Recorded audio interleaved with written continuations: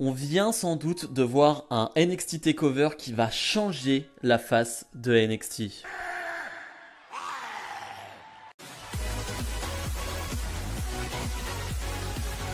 Et bonjour à tous, on se retrouve aujourd'hui pour les résultats de NXT Takeover 36. Alors, ce show a lieu malheureusement encore au Performance Center, je crois qu'il l'appelle Capital Wrestling Center je crois, mais bref, c'est au Performance Center, ce qui fait qu'il y a encore pas beaucoup de public. Alors tu sens qu'il y a des efforts de fait parce que euh, il y a un peu plus de monde qu'à l'habitude, il y a un peu plus de monde que lors des weekly NXT justement.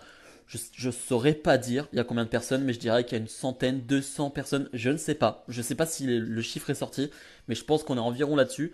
Ça va quand même se sentir à certains moments, on en reparlera, mais forcément un peu déçu. On parle d'un NXT Takeover qui, voilà, a des matchs très très très intéressants et qui va se retrouver face à 200 personnes. C'est décevant par rapport à ce qu'on a déjà vu du côté de NXT et des takeovers, mais bref, c'est comme ça, c'est la vie.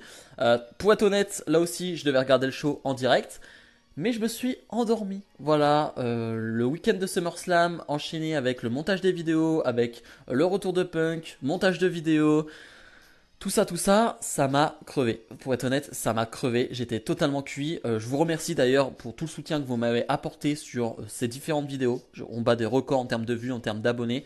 On est presque aux 800. Donc j'ai envie de dire, abonnez-vous. Hein, voilà, si ce n'est pas encore fait, abonnez-vous. On va essayer d'arriver aux 1000. Hein, c'est l'objectif.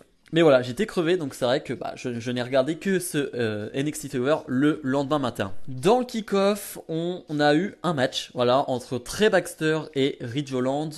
Pas grand chose à dire sur le combat. Ridge Holland va squasher, ou presque, Trey Baxter, qui va avoir le droit de faire 2-3 voltiges, 2-3 petits moves sympas, mais ça sera très très très léger parce que Ridge Holland va vraiment le détruire clairement. Et va surtout prendre le micro après le match et va dire je veux Timothy Thatcher. Ok, d'accord, pourquoi pas, ça peut être intéressant. Mais voilà, en tout cas, on te montre Ridge Holland toujours avec Pete Dunne. Hein, Pete Dunne qui n'a pas prolongé. On ne sait pas jusque quand son contrat est encore valable. On ne sait voilà, on sait pas trop, mais en tout cas, Pete Dunne pour le moment est là, donc j'espère qu'il va rester là.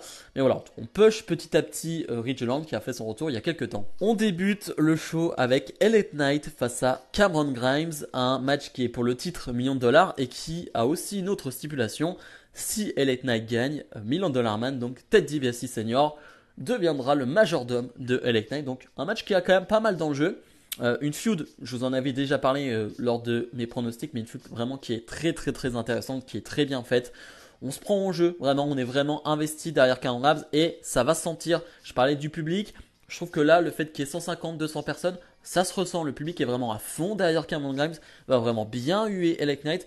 Donc là, je trouve ça cool. Je retrouve une ambiance de takeover, alors assez minime bien évidemment, mais je retrouve une ambiance de takeover et ça me fait plaisir. Je suis investi dans ce combat qui va être très bon. Très honnêtement, je pensais pas qu'on allait avoir un aussi bon combat que cela. Je m'attendais à un bon combat. Je pensais qu'on allait avoir un bon combat, mais j'avais un tout petit peu de doute sur le talent in-ring de LA Knight.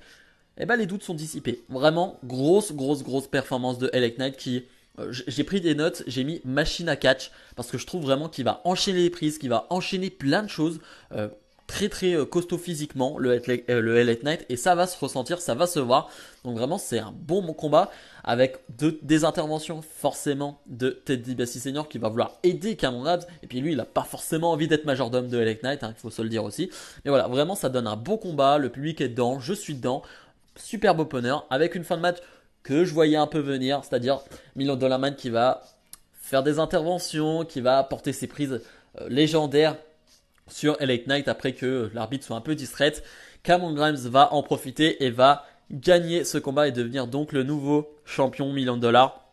Je sais pas si ça se dit champion million de dollars, mais en tout cas il va être le nouveau, celui qui a cette ceinture tout simplement, le nouveau détenant de cette ceinture.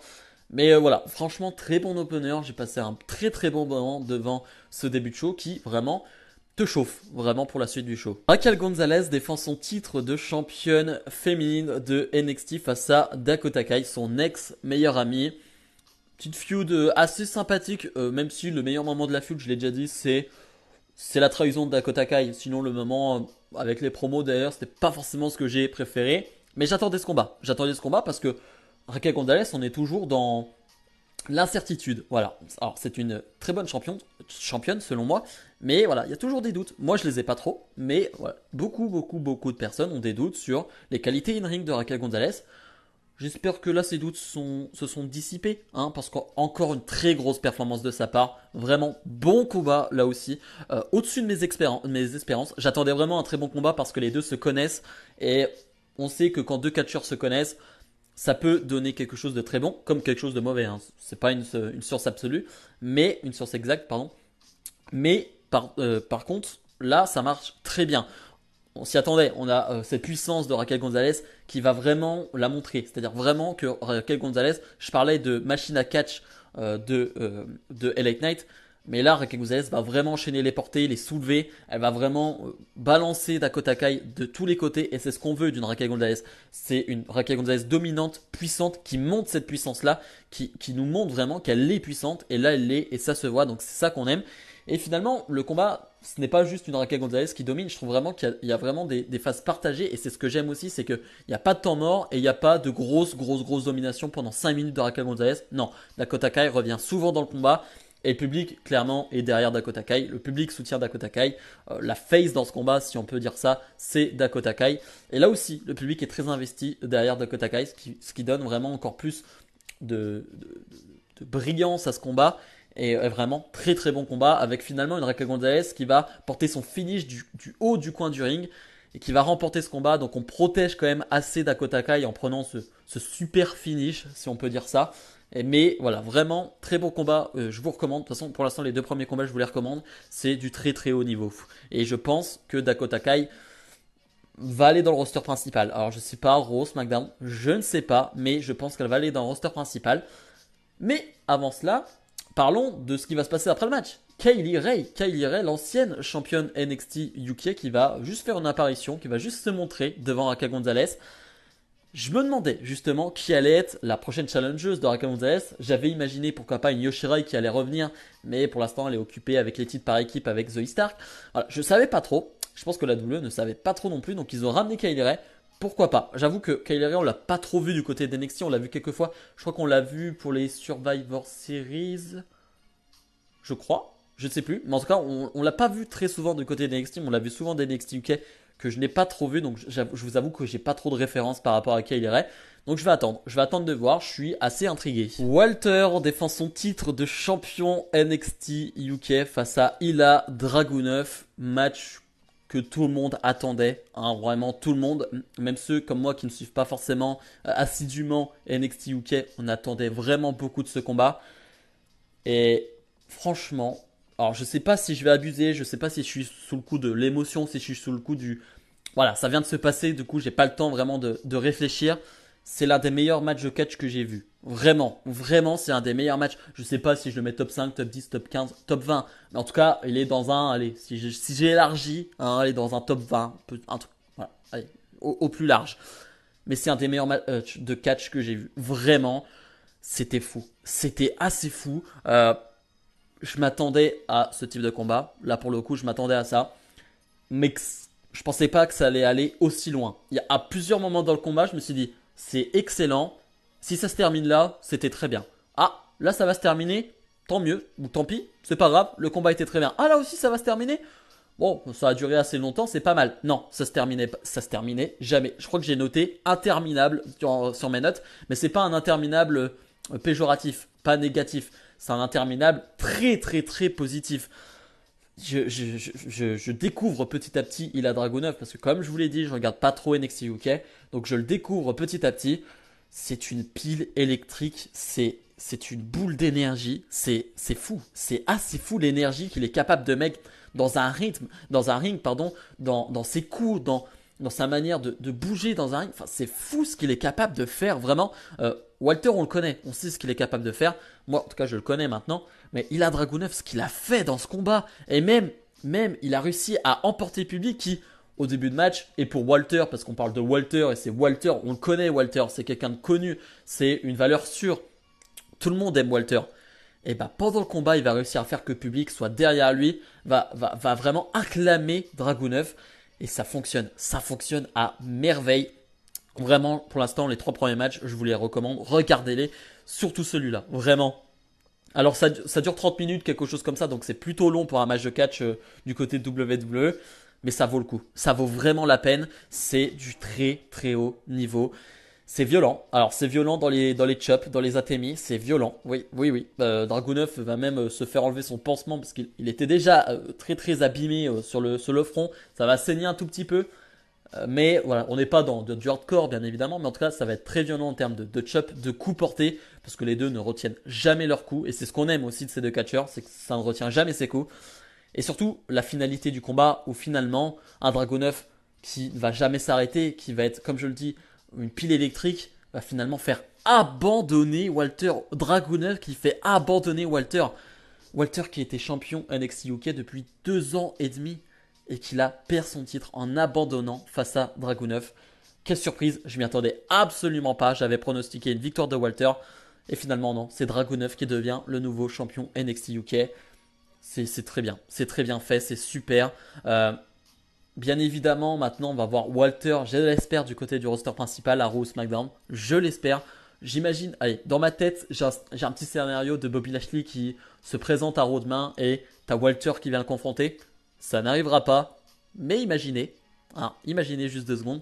Mais bref, en tout cas, j'ai adoré ce combat, j'ai passé un moment assez fou devant ce combat. Kyle O'Reilly face à Adam Cole, un match qui se déroule en 3 parties. Une première partie donc dans un match classique, deuxième partie match street fight, donc pas vraiment de règles, et troisième partie en cage.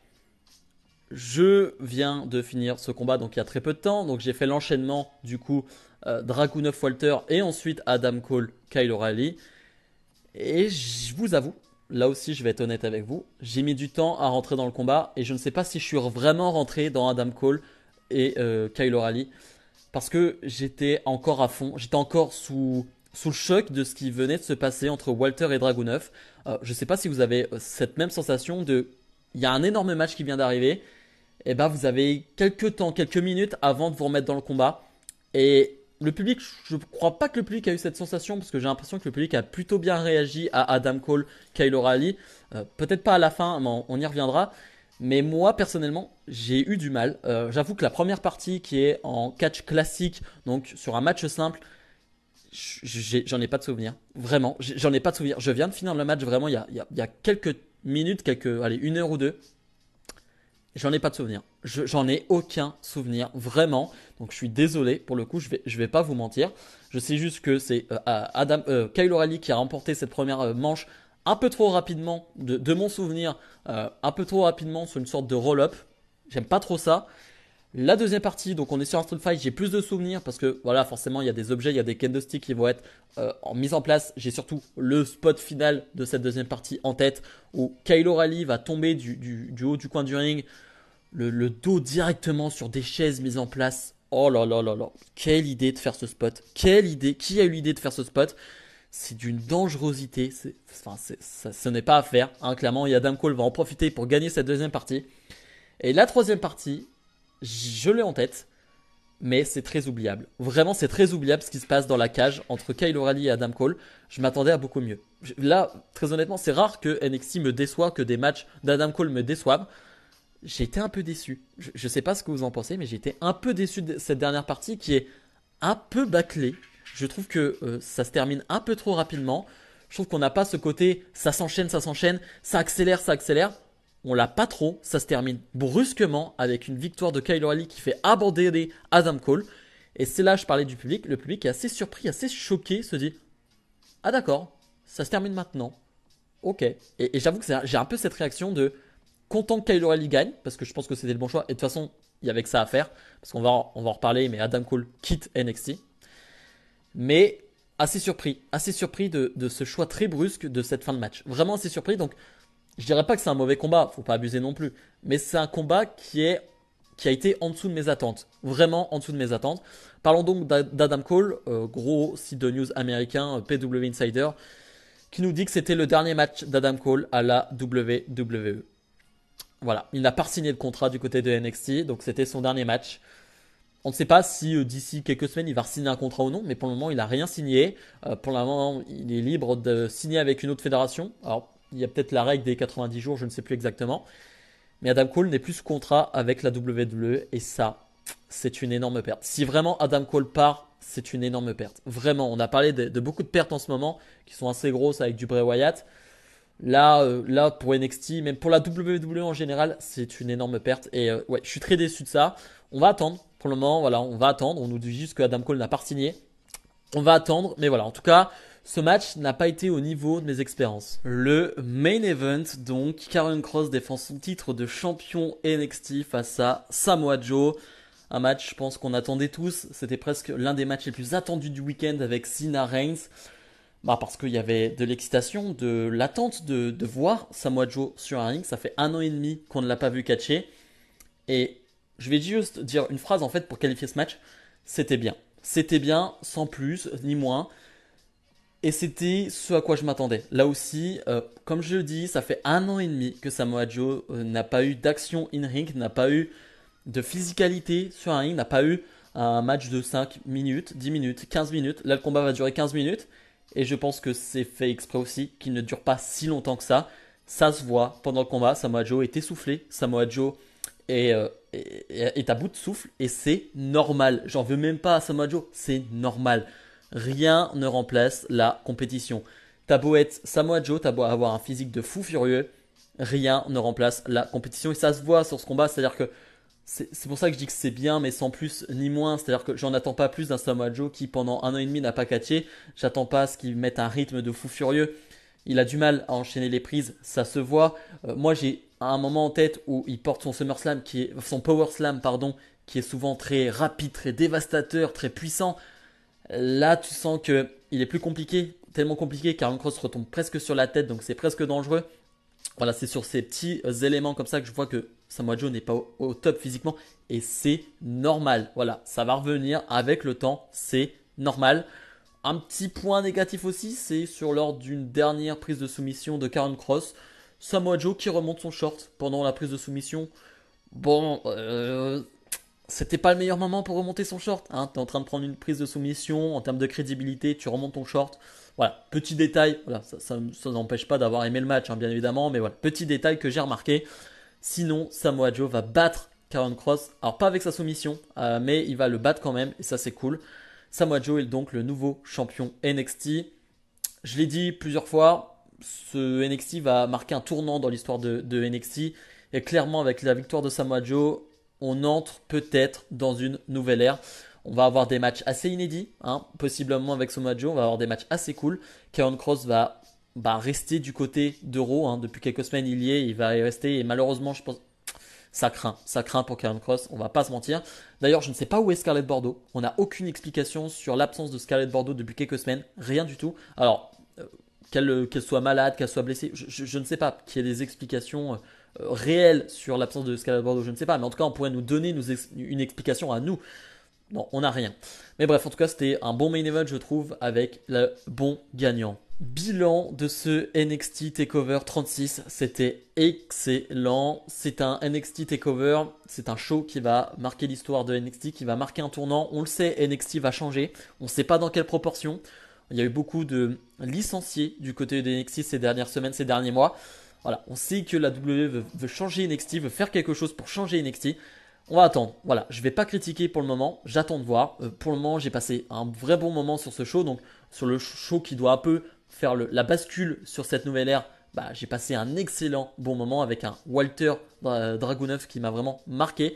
Mais voilà, on va attendre de voir où ça va aller. Ça m'intrigue en tout cas. Bref, comme d'habitude, n'hésitez pas à mettre le petit pouce bleu et à vous abonner.